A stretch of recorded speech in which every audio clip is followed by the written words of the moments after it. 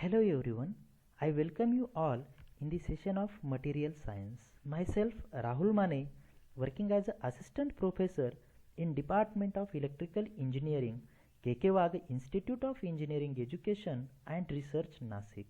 Today I will cover the topic Clausius-Mosotty equation and dielectric loss in a capacitor from chapter 1, that is dielectric properties of insulating material. Learning outcomes. So at the end of this session, learner will be able to derive a Clausius-Mosotty equation and derive a dielectric loss in a capacitor. So prerequisites for the sessions are parameters of a dielectrics and voltage current relationship in a capacitor. Now if we want to move towards the Clausius-Mosotty equation, then first we need to understand the background of the Clausius-Mosotty equation and requirement of the equation. So for that we need to understand the parameters of a dielectric. So already we know that there are four types of parameters for a dielectric material. First one is a dipole moment, which is denoted with the help of symbol mu. Second, dielectric constant, which is nothing but epsilon r. Third, polarization, which is nothing but P. And fourth, polarizability, which is nothing but alpha. Now let's talk about the relationship between all these parameters. So we know that whenever a dielectric material is subjected to an external electric field, then there is a formation of dipole moment, which is nothing but mu. Now that formation of dipole moment is depend on the value of epsilon r, that is nothing but relative permittivity of that material. Now whenever the external electric field is applied to such material, then there is a formation of a dipole moment per unit volume, that is mu by V, which is nothing but polarization in that material, and the amount of formation of polarization is nothing but polarizability alpha. Now when we are talking about the polarization P, then practically we are having three types of polarization. First one is a electronic polarization, which is nothing but Pe, and which is generally takes place in a gaseous particles or atoms, that may be hydrogen, helium, argon, neon, etc. And that electronic polarization is given by n alpha E into E, where n is a number of atoms per meter cube, alpha E is electronic polarization, and E is nothing but applied external field. Now second polarization is nothing but ionic polarization, which is taking place in a ionic particles due to application of external electric field, and which is nothing but n alpha I into E. And third, that is orientational polarization PO, which is applicable for the solid dielectric material, and which is given with the help of n alpha O into E. Now we are having electronic polarization, ionic polarization, and orientational polarization. Now what is the necessity of Clausius-Mosotty equation?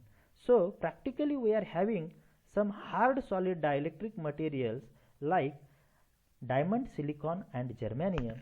In that case, to give a relationship between a relative permittivity, that is epsilon r, and polarization, we need to use the Clausius-Mosotty equation. So here some steps are given, so we need to understand that steps in order to derive the Clausius-Mosotty equations. So let's talk about the one by one. So we know that there are three types of polarization: ionic, orientational, and electronic, by which the ionic and orientational polarization for the diamond or silicon material is absent, because there is no formation of ions, as well as no atom is able to orient themselves in the direction of applied electric field. So ultimately ionic and orientational polarization will be zero in the Clausius-Mosotty equation or for the diamond material. So only one type of polarization which is present in case of diamond is electronic polarization. So the total polarization P is nothing but Pe.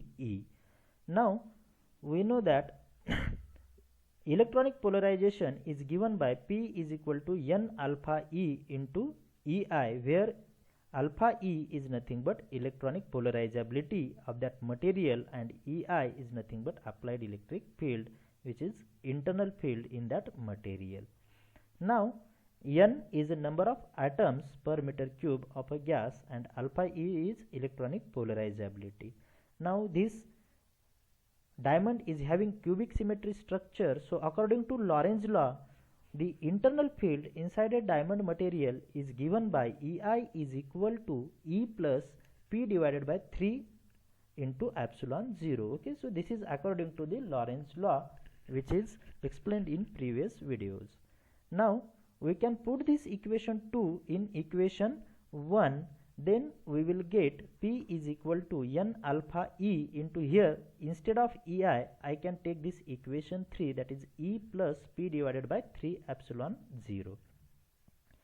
Now again we are having the value of P from the previous videos or previous lectures, that is P is equal to epsilon 0 in a bracket epsilon r minus 1 into E. Now put this value of P, that is a polarization, in the equation 4. So we will get the P is equal to epsilon 0 epsilon r minus 1 into E. So for this P, and remaining is N alpha E in a bracket E plus P divided by 3 epsilon 0. Now again I can put the same value of P in the here, which is again nothing but epsilon 0 in a bracket epsilon r minus 1 into E divided by 3 epsilon 0. So now here is a simple mathematical adjustment is there. So multiply this, take this E common from this and this side. So here it will be out of the bracket E.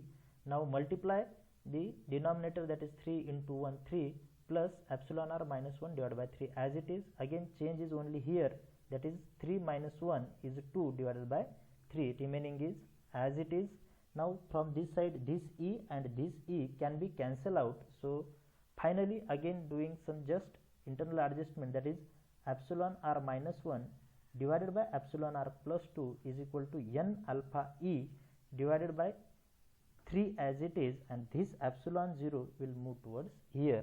So this is the final expression which is known as a Clausius-Ponsonby equation, which will give us a relationship between relative permittivity and electronic polarizability alpha E in that material. Okay, so we can use this expression to find out the electronic polarizability in a hard solid dielectric. Let's talk about the next concept, dielectric loss.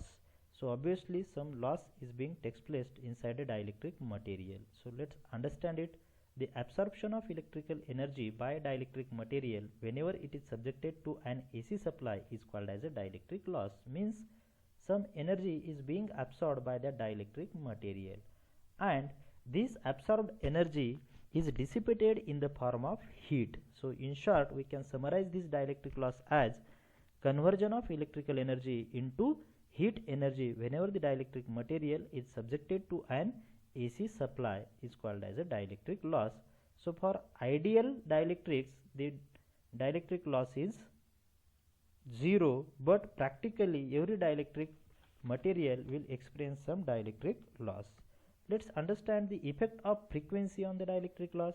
So at 50 Hz frequency, dielectric loss is not appreciable, means it is very small. But in communication system where the frequencies are in megahertz, the heat released can be too much high, and this can be observed by increasing temperature of the dielectric. So obviously as we are moving towards the high frequency level, the dielectric loss will be more. So here we can consider one diagram in which lossy capacitor is connected. Lossy means the dielectric is having loss, means practical dielectric material, so which is placed inside these two plates and which will form a capacitor which is connected across the AC supply. So obviously its internal resistance of the dielectric is represented here I. So the total amount of current flowing through the circuit will be here ID, which is known as a dissipation current, and resistive current IR. So the total current flowing through the lossy capacitor I will be combination of ID plus IR, and from this here we can represent the phasor diagram. So here the current flowing through the resistive load, that is IR and the voltage V in phase, and dissipation current which will have exact 90-degree angle due to capacitor ID, but due to the lossy capacitor the current will lag from the 90-degree to some angle, so final current will be here resultant current I. So the angle delta is there, means lagging angle delta, which is denoted as a 90 minus phi, and here it is a phi angle.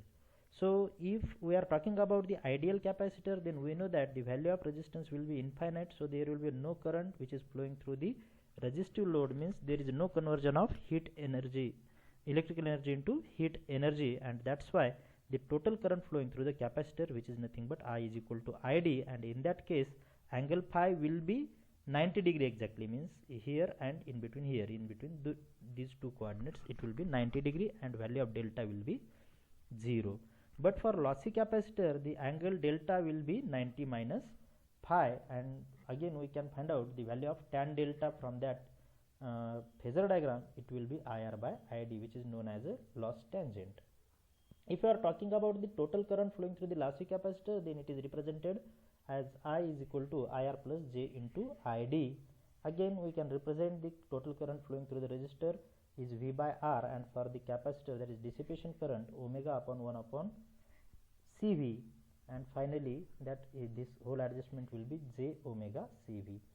Now if I am talking about the power loss which is being takes place inside a capacitor, then it is normal power is represented as VI cos phi, where V is applied AC voltage, D is delta is a dielectric loss angle, P is a power loss, and C is a capacitance. Now from the phasor diagram I can calculate the value of phi. Phi is nothing but 90 minus delta, so cos of 90 minus delta will become sin delta, and again phasor diagram, if you are finding the value of cos delta, then it will be ID by I. So again find out the value of I, so I will be ID upon cos delta. So just simple mathematical adjustment, put this value of I in equation 1 here, so I will get P is equal to V in a bracket ID by cos delta into sin delta. So sin by cos it will become tan delta, so final expression V into ID into tan delta. So here ID is equal to V by XC, because it is a dissipation current inside a capacitor, so V upon resistance XC. So finally power loss, again this ID value is substituted here, so we will get P is equal to V upon XC into V tan delta. Okay, simple mathematical adjustment. Again I am putting the value of XC here, which is nothing but 1 upon 2 pi FC, and tan delta remain as it is. So final expression for a power loss which is being takes place in a capacitor is P is equal to 2 pi FC V square into tan delta, where 2 pi is a constant term, C is a value of capacitance, again it is a constant, value of V again it is a constant, which is V square. So I can say that power loss is directly proportional to the frequency, means as we are increasing the frequency, power loss which is being takes place in a capacitor is high. And finally I will conclude this session. So we have derived the Clausius-Mosotty equation for hard solid dielectric and dielectric loss in a lossy capacitor. Thank you.